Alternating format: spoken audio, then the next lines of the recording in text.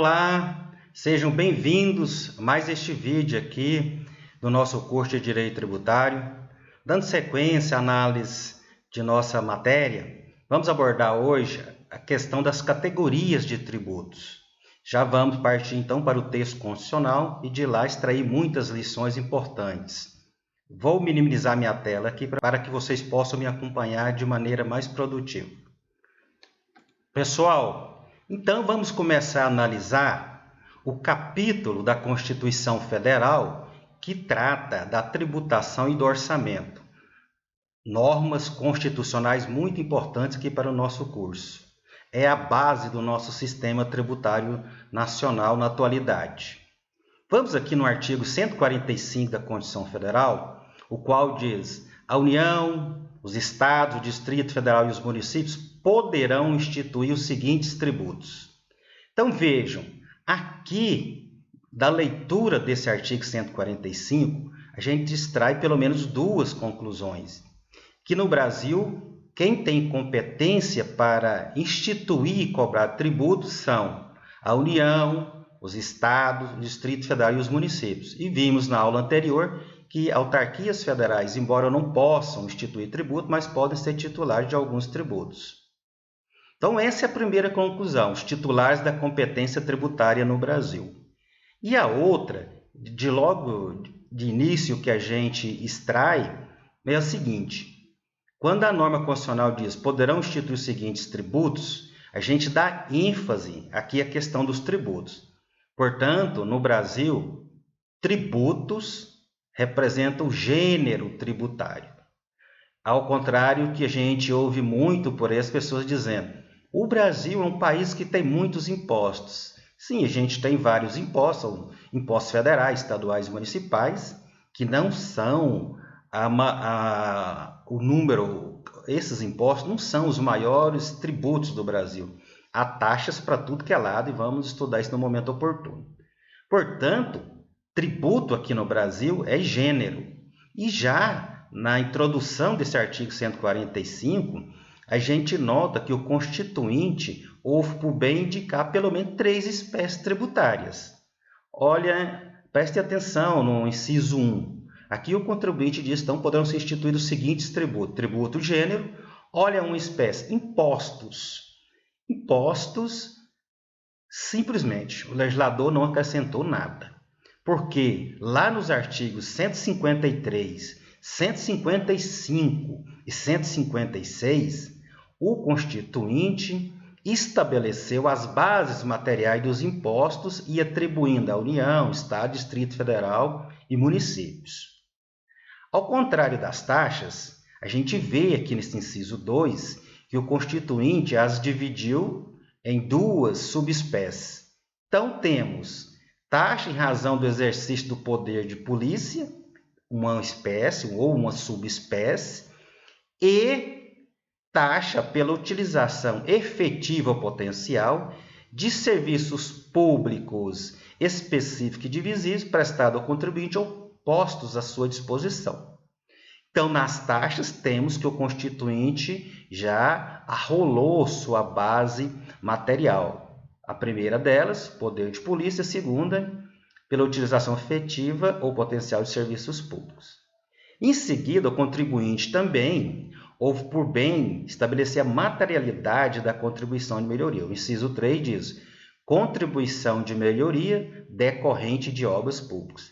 Realizada a obra pública, houve a mais-valia dessa obra, deve ser paga, então, desde que obedeci todas as regras constitucionais e regras que estão no Código Tributário Nacional e eventuais regras, com certeza existirão, de cada ente que for realizar a contribuição de melhoria, e sim poderá ser cobrada, a contribuição de melhoria decorrente de obra pública.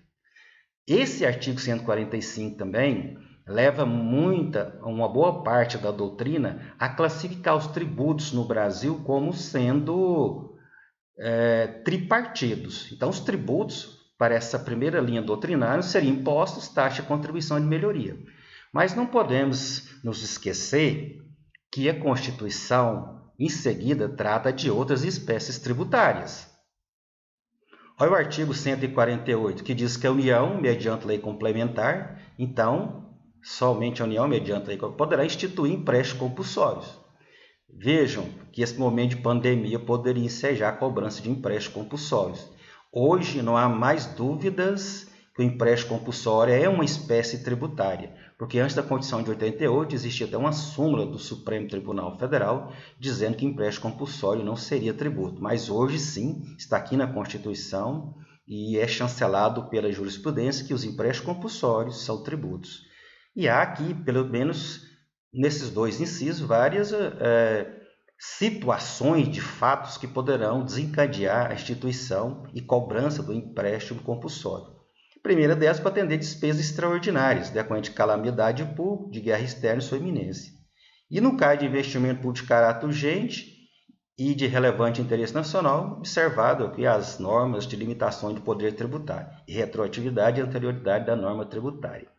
Uma questão importante aqui nos empréstimos compulsórios é que essa exação tributária é diferente das demais no seguinte ponto, que quando a gente paga impostos, o dinheiro entra para o cofre público e não volta diretamente para quem pagou, exceto se pagou a maior ou indevidamente, aí tem a chamada repetição de indébito, mas não estamos falando deste caso. Vejam bem que ressalva do parágrafo 1, que a aplicação dos recursos provenientes de empréstimo compulsório será vinculada. Portanto, é um momento extraordinário na vida nacional que requer maior captação de recursos e esses recursos posteriormente devem ser devolvidos a quem pagou, inclusive com correção monetária, com atualização. E essa despesa é fundamentada a sua instituição. Portanto, os empréstimos compulsórios são arrecadados e depois devolvidos, ao contrário dos demais tributos.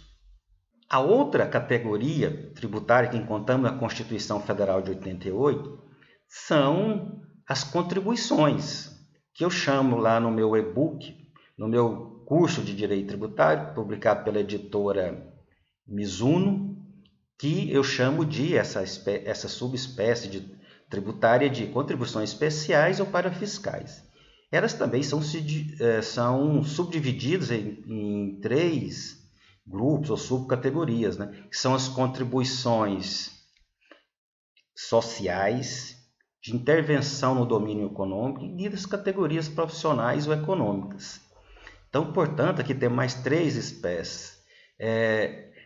Esse artigo 149 tem um desdobramento no 149A também, que envolvendo inclusive exportação, e tem aqui o artigo 195 da Constituição atual, que fala da Seguridade Social, e a Seguridade Social deve ser financiada por toda a sociedade, mediante as contribuições sociais. Então, um exemplo aqui de contribuição social é a contribuição que incide, por exemplo, sobre a folha de salário dos empregadores.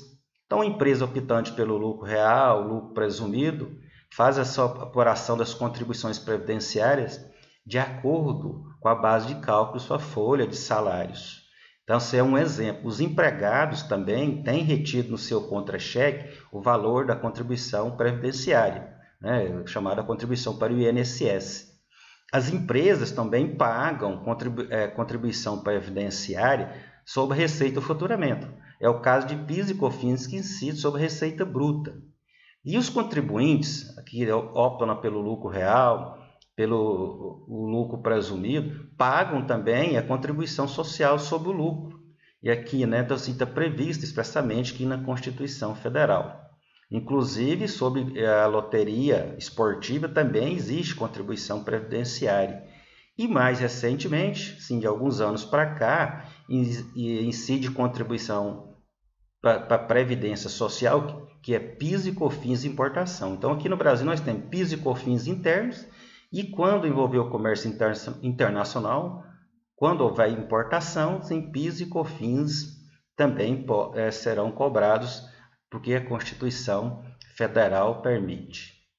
Então, em conclusão, vocês perceberam que pelos artigos 145 da Constituição Federal, 148, 149, 149A, 195 da Constituição Federal, nós temos aqui no sistema tributário brasileiro 5 categorias de tributos, quais sejam os impostos, as taxas, contribuição de melhoria, os empréstimos compulsórios e as contribuições sociais, que podem ser essas contribuições para a Previdência, as contribuições de intervenção do domínio econômico, e contribuições de interesse das categorias econômicas e profissionais. Exemplo dela é a contribuição, né, o empregado paga a seus sindicatos, que com a reforma trabalhista passaram a ser facultativos. Os empregados devem dar autorização para sua cobrança.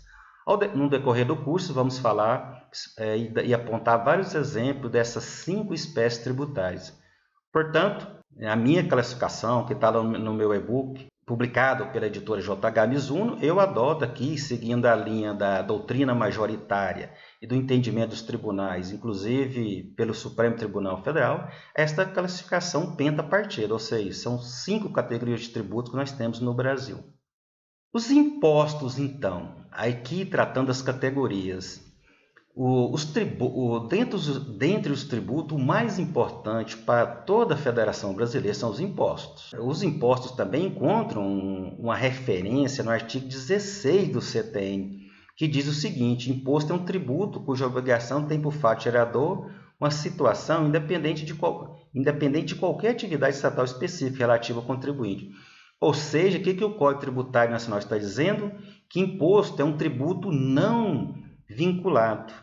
Por quê? O contribuinte paga imposto porque pratica o fato gerador e o legislador entende que ele tem capacidade contributiva, observando, inclusive, o artigo 145, parágrafo 1º da Constituição Federal, que trata da capacidade econômica do contribuinte. Assim, se eu tenho um veículo automotor, eu pago IPVA porque eu pratiquei o fato gerador do IPVA, que é a propriedade de veículo automotor. E o legislador pressupõe, já que eu sou titular, sou dono, entre aspas, de um veículo automotor, que eu tenha capacidade contributiva.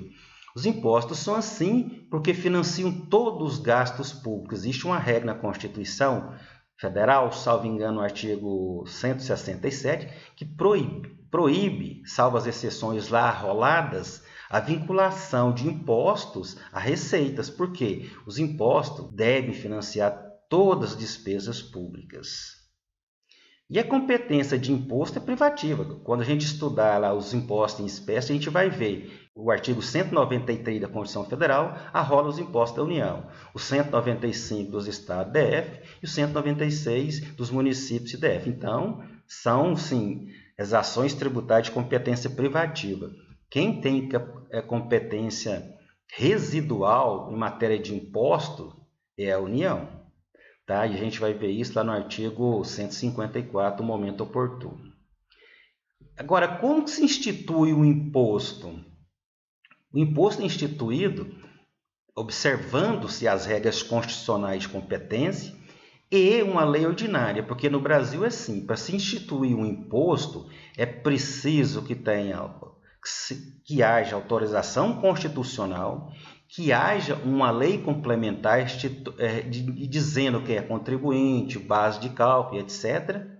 E depois a lei ordinária do ente que tem a capacidade de instituir o imposto, de acordo com a competência dada pela Constituição Federal. Então, por exemplo, a União vai instituir imposto sobre a renda de provento de qualquer natureza, ela observa as regras constitucionais do artigo 153, entre outras, as regras que estão no CTN sobre o imposto de renda, e ela institui, e realmente há várias leis ordinárias da União tratando do imposto de renda, tanto pessoa física como pessoa jurídica. É assim nos estados e municípios, com a única exceção do IPVA, porque para o IPVA no Brasil não existe lei complementar ainda, tá? Essa aí a Constituição indica lá por volta do artigo 22, depois no ADCT, que enquanto não é editada a lei complementar IPVA, os estados podem, e assim também como o Distrito Federal, cobrá-lo, né? Porque existe a mora do Congresso Nacional nessa questão. Então, pessoal, era isso para hoje. Eu peço, como sempre, que você se inscreva no nosso canal, deixe seu like, compartilhe o vídeo com todas as pessoas interessadas.